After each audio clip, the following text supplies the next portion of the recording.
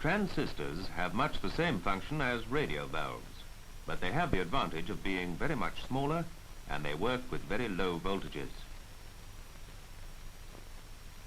Transistors were invented in 1948, but their origin dates back to the early days of broadcasting when radio receivers looked something like this. This receiver is called a crystal set because it uses a crystal detector. It consists of a coiled, springy silver wire known as the cat's whisker and a crystalline substance such as the natural mineral galena. When the cat's whisker touches certain parts of the crystal, the apparatus allows an electric current to flow more freely in one direction than the other. In other words, it rectifies or detects alternating current. Just how the crystal detector operated was never clearly understood, and with the introduction of the thermionic valve, the crystal detector soon became obsolete. This is an early 5-valve receiver.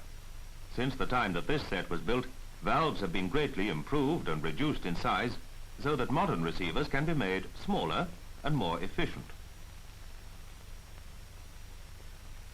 Valves are now used in all manner of electronic equipment, from television receivers containing 20 or more valves to computers like this one at the National Physical Laboratory, which has 5,000 valves.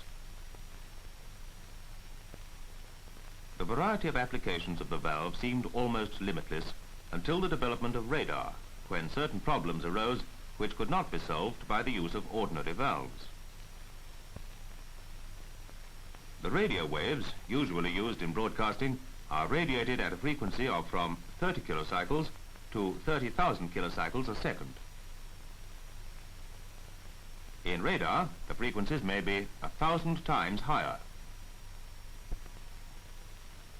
At these frequencies, ordinary valves cease to function properly, and in an attempt to solve this problem, crystal detectors in a modified form were once more brought into use, and they worked successfully. This stimulated research into how the crystal operated. Ultimately, this not only resulted in improved crystal rectifiers, or crystal diodes as they are called, but led the way to the transistor. The materials used in crystal diodes and transistors are known as semiconductors. The metal germanium here is a typical semiconductor.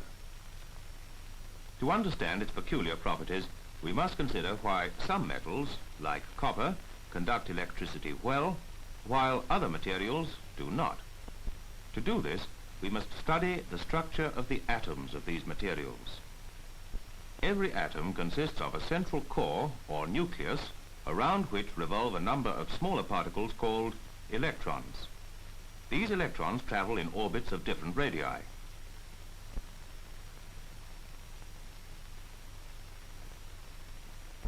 Each electron carries a negative charge of electricity, and the nucleus a positive charge. Only the electrons in the outer orbit play a part in the conduction of electricity. In copper, which is a good conductor of electricity, the electrons of the outer orbits are only loosely bound to their atoms and can move about at random in the spaces between the atoms.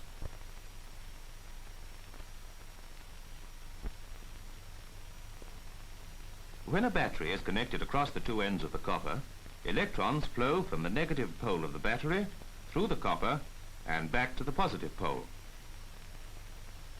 The flow is not straight through the copper, but electrons jump from atom to atom. This flow of electrons constitutes an electric current. Now let us consider an insulating material such as porcelain. Here the electrons are tightly bound to their atoms, and they can only be made to move with the greatest difficulty. When we connect up a battery, as we did with the copper, the atoms are under strain, but no current flows, as there are no free electrons to carry it. Now we come to semiconductors.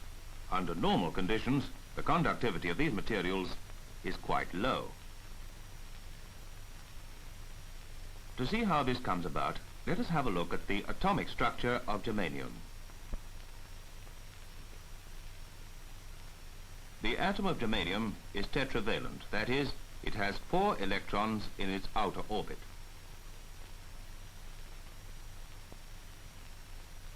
Each atom becomes bonded to 4 other atoms, each of the 4 electrons, as it were, bonding with a corresponding electron in a neighboring atom. The bonds in this crystal lattice are very strong, and few electrons are free for the conduction of the current. To increase conductivity, the number of free electrons must be increased.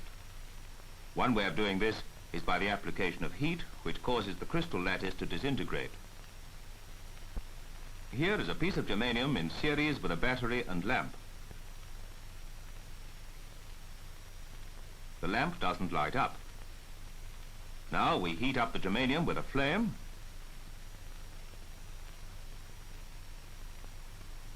and soon the lamp glows brightly. More electrons have been released from the germanium atoms so that more current can flow. When the germanium cools, the current flow falls again. Heating, however, is not a satisfactory method of increasing or controlling conduction, and the problem has been solved in another and more ingenious way by the introduction of other atoms into the germanium. Atoms of the metal antimony, for example.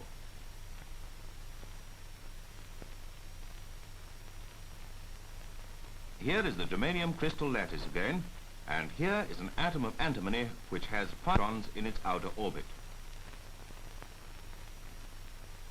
When introduced into the germanium crystal, 4 of the electrons of this impurity atom bond with 4 adjacent germanium atoms. The 5th electron is then free to leave the atom. Introducing a number of impurity atoms releases sufficient electrons to carry a current when an electric field is applied.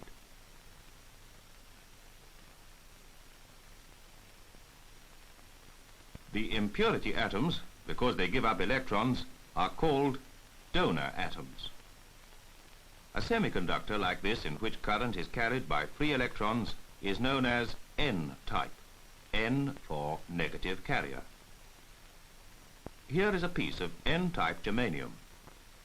Notice that it conducts current equally well in either direction without the application of heat.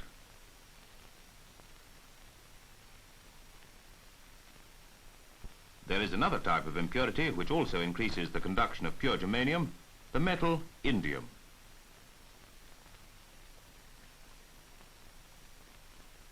Here is the germanium lattice again. The atom of indium, as you see, has only 3 electrons in its outer orbit. When introduced into the germanium crystal, the 3 electrons form bonds with 3 adjacent germanium atoms, leaving a 4th bond incomplete. There will be a space left where we are short of an electron. This space behaves as though there were a localized positive charge ready to capture an electron, and for this reason the region is termed a positive hole. Here are some more impurity atoms giving more positive holes. What we have done, in other words, is to create a shortage of electrons in the germanium. When an electric field is applied, as there are no free electrons available for conduction to take place, some electrons will have to leave their atoms, and when this happens, they leave behind them new positive holes. Some of the electrons will be captured by other positive holes. This process may be continued throughout the germanium, and at the same time that electrons are moving towards the positive pole of the battery, positive holes are moving towards the negative pole. Thus, we can think of the current flow as due entirely to the movement of these positive holes. In fact, we can go further and look upon these holes as positive carriers of electricity, free to move about this material just as electrons move about the N-type material. A semiconductor like this is known as P-type. P for positive carrier. The impurity atoms, because they try to collect electrons, are known as acceptor atoms. Here is a piece of P-type germanium. It looks like ordinary germanium, and current will flow through it in either direction, as with the N-type germanium. Now let us look at a diagram of a piece of P-type and a piece of N-type germanium side by side. Without any battery being connected, the positive carriers in the P-type and negative carriers in the N-type will move about at random. If we stop the movement, we can see that in the P-type germanium on the left there will be an equal number of positive carriers and stationary acceptor atoms. Similarly, in the N-type germanium, there will be an equal number of negative carriers and stationary donor atoms. Both pieces of germanium are therefore electrically neutral. Now let us consider what happens when we join the two pieces together. Some of the positive carriers will drift into the N-type germanium. Similarly, some of the negative carriers will drift into the P-type. If we now count up the positive and negative charges, we see that in the P-type there are more negative charges than there are positive charges, so the material has become negatively charged. In the same way, the N-type material has become positively charged. We can represent this state of affairs by an imaginary battery connected like this with a negative pole to the P-type germanium.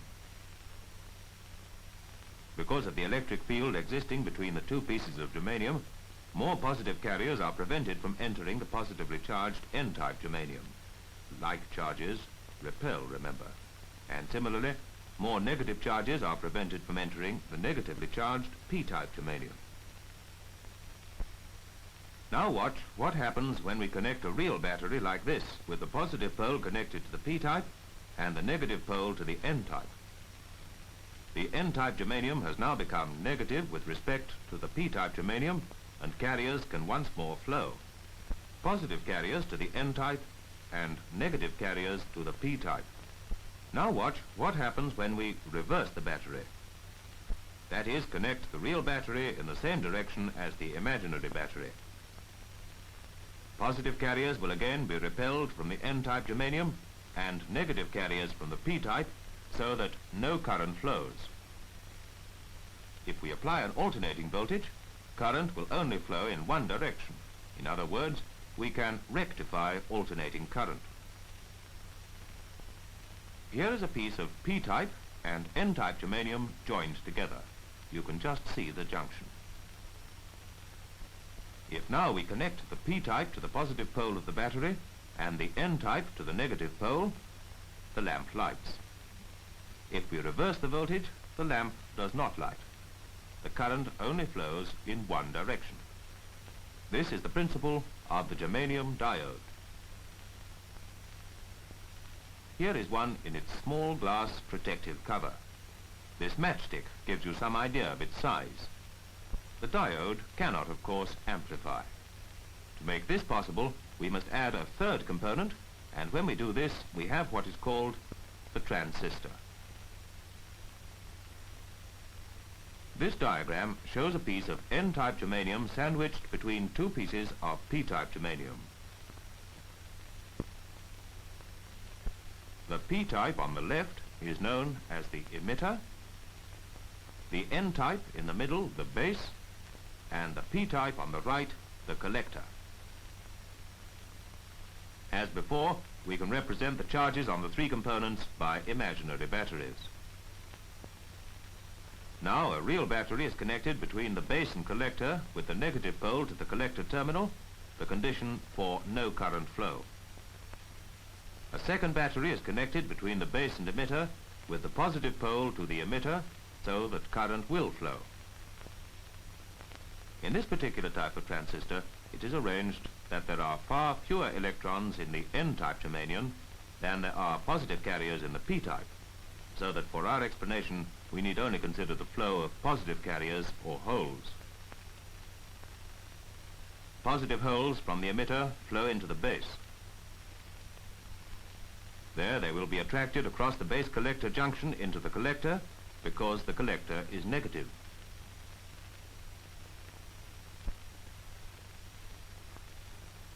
With this resistance, we can control the number of positive holes to the base. These in turn determine the current which can flow in the base collector circuit on the right. Not all the positive holes from the emitter flow into the collector. Some of these remain in the base long enough to combine with free electrons there and become neutralized. This gives rise to a small current of electrons flowing into the base to replace those used up in the neutralization process. By varying the flow of electrons into the base, we can, in fact, control the number of holes which reach the collector.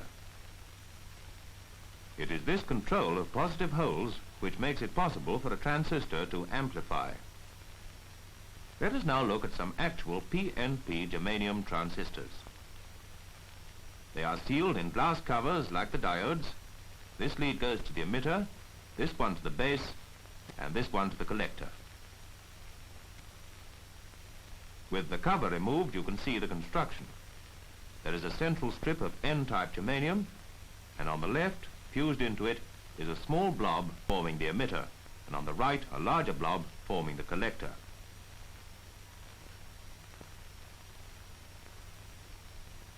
And here is a transistor connected as we saw in the diagram earlier. That's the emitter, the base, and the collector. The emitter is connected through this milliammeter and a resistance, not shown, to the positive pole of a battery. The base is connected through this milliammeter to the negative pole of the battery. The collector is connected through this milliammeter to the negative pole of another battery, and the positive of the battery goes to the base.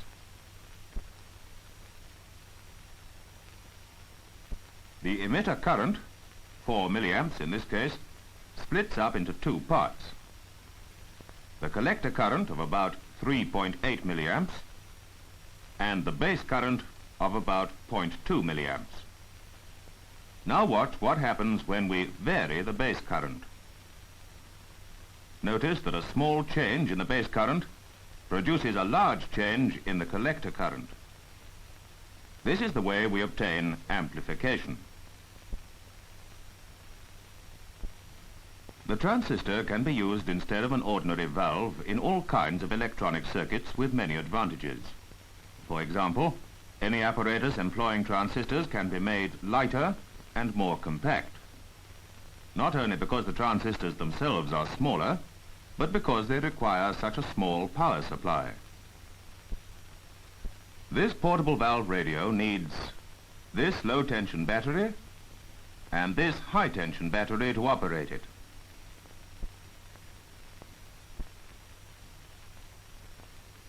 In the transistor radio here, this small low-voltage battery is all that is required to operate the receiver for an equivalent time.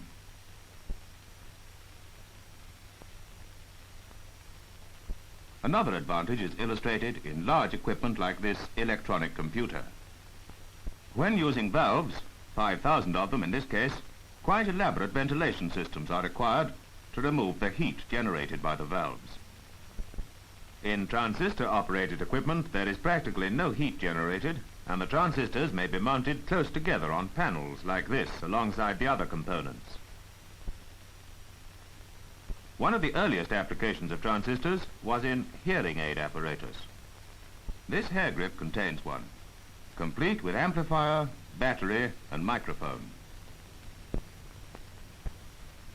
Transistors have developed rapidly, from small ones like this to the larger power-type transistors. Research into new techniques continues, and fresh applications are being discovered all the time.